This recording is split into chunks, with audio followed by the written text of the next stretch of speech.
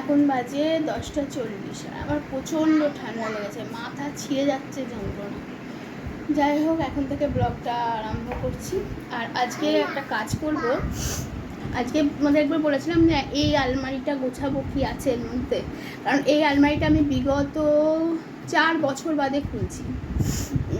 তো তো ইচ্ছা আছে যে আলমারিটা কীভাবে গোছাই, মানে কি বেরোয় ওর মধ্যে সেটা দেখা। দেখো আমার সব জুতোর কালেকশন, দেখো অর্ধেক পড়াই হয়নি আমার।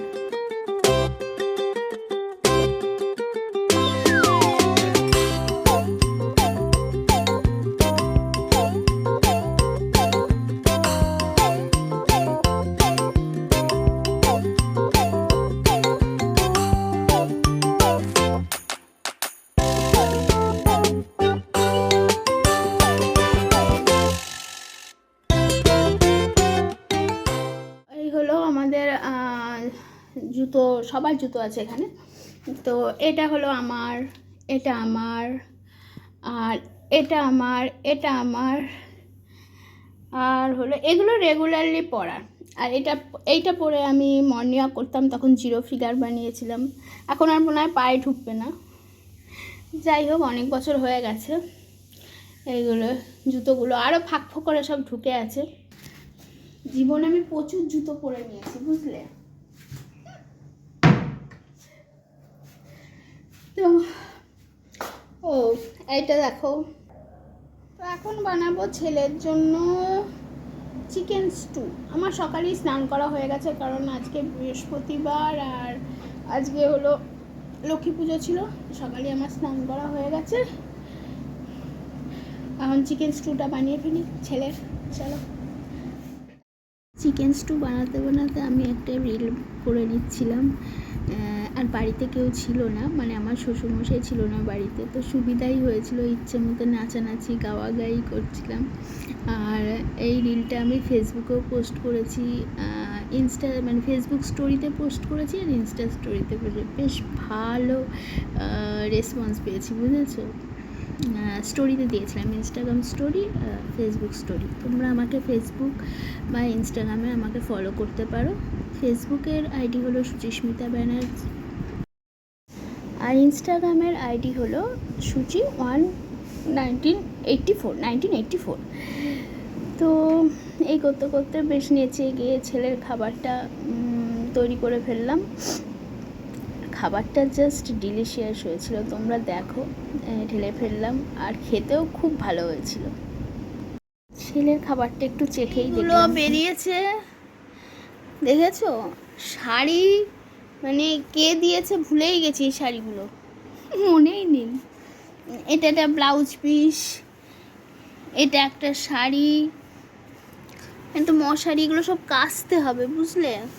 একটা বিছানার চাদর, এগুলো সব রাখা ছিল। ভালো ব্লাউজ একটা ঢুকেছিল, তো এইগুলো বেরোলো। একটা শাড়ি যেটা আমি ভেবেছিলাম যে হারিয়ে গেছে, কারণ কোথাও খুঁজে পাচ্ছিলাম না, সেই শাড়িটা আমি আজকে দেখতে পেয়েছি। চলো তোমাদের সাথে শেয়ার করি। তো এই শাড়িটা আমার যখন বিয়ের কথাবার্তা হয় বা পাকা কথা হয়ে যায় যে অমুক দিন বিয়ে, তখন শ্বশুরবাড়ি থেকে প্রথম আমাকে এ পুজোয়, আমার ডিসেম্বরে বিয়ে হয়েছিল, তা অক্টোবর মাসে দুর্গা পুজোতে আমাকে এই কাপড়টা দিয়েছিল। আর এই কাপড়গুলো আমি সুন্দর করে এখানে পাট করে রেখে দিয়েছি, আমার মনেই নেই। মানে এক একটা শাড়ি দেখে ভাবছি এই কাপড়টা কার, মানে আমারই কাপড়, কিন্তু আমি ভুলেই গেছি। আর আমি কোথায় উঠেছি দেখো। যাই হোক, এখান থেকে নামি, সাবধানে ফোনও পড়বে, আমিও পড়বো।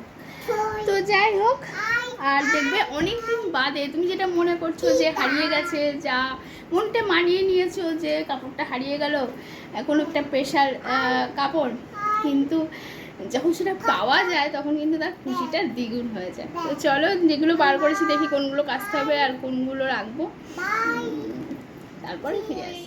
তো গোছানো হয়ে গেছে, তোমাদের দেখিয়েছি। নেক্সট আমি এই তাকটা খুলবো। এই তাকটার মধ্যে কি আছে সেটা দেখার জন্য, তো আগে বের করে নিই, তারপর তোমাদের সাথে শেয়ার করছি যে কি আছে, কারণ প্রচন্ড ধুলো, আমাকে নাকে রুমাল বাঁধতে। এই দেখো এখানে জুতো ব্যাগ ফ্যাগগুলো এই তাকটাতে রেখেছি। এটা তো তোমাদের আগের দিন দেখিয়েছি। আর এটার মধ্যে চার্জার ফার্জার কি স্টেবিলাইজার ফেবিলাইজার আছে এই। আর ওপরে এরমভাবে সব গুছিয়ে রাখলাম। তো মোটামুটি হলো। আমার মাথা মুখের অবস্থা খুব খারাপ, দেখো চুলটাও আমি আঁচড়াইনি। আর বাচ্চা নিয়ে কাজ করা। ঠিক আছে চলো নেক্সট কি করি চলো। জামা কাপড়টা সকাল থেকে পরেছিল, সব ছাদ থেকে তুলে নিয়ে এসেছিলাম, সেগুলো এখন পাট টাট করে রাখছি, কারণ অনেক কাজ করে তারপর আমাকে বাপের বাড়ি যেতে হয়, বুঝতে পারছো। চলো জামা কাপড়গুলো পাট করে নিই। কিছু শেয়ার করার আছে। এ দেখো বরের সাথে রাগারাগি হয়েছিল, ঝগড়া, তার জন্য মানানোর জন্য এই একটা কুর্তি, এই একটা কুর্তি, আর এই একটা কুর্তি,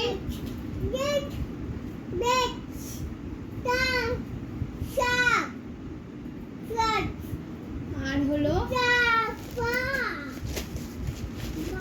এই একটা প্লাজো, এই এনেছি, কিন্তু আমি থাকবো ওর বউ। তো ওই দিদিটার বাড়ি এসেছি, এখানে ফলস পিকও করতে দিয়েছিলাম। তো ছেলের ডাইপার ফুরিয়ে গেছিলো, তো কিনতে হবে, তাই জিজ্ঞাসা করছিলাম যে ডাইপার এইখানে একটা ওষুধের দোকান আছে, বললো না এখানে কিছুই পাওয়া যাবে না। তো অগত্যা আমাকে আবার সেই বাড়ির সামনে থেকেই নিতে হবে। ভিডিওটা এন্ড করতে এলাম। আর বারবারই একটা কথা বলছি যে আমার ভিডিও আমি ব্লগটা করি সেটা 3-4টে দিনে, তোমরা দেখলে বুঝতে পারবে। আর এত গরম না, ভালো লাগছে না, তার মধ্যে বর এত দেরি করে আসছে, এত ঘুম পায়। ছেলে ঘুমায় না, ছেলে তো একদম সেই 5টা 4:30 5টা অবধি ঘুমায়, আর আমি সারা দুপুর আমার ঘুম আসে না, দুপুরে ঘুমানোর অভ্যেস আমার অনেক দিন চলে গেছে। যাই হোক, তো শাড়িটা নিয়ে এলাম, যেদিনকে পরবো সেদিনকেই দেখো, এখন আর দেখাচ্ছি না। চলো গুড নাইট, সবাই ভালো থেকো, আর ভিডিওটা কালকে হয়তো পোস্ট হবে। টাটা।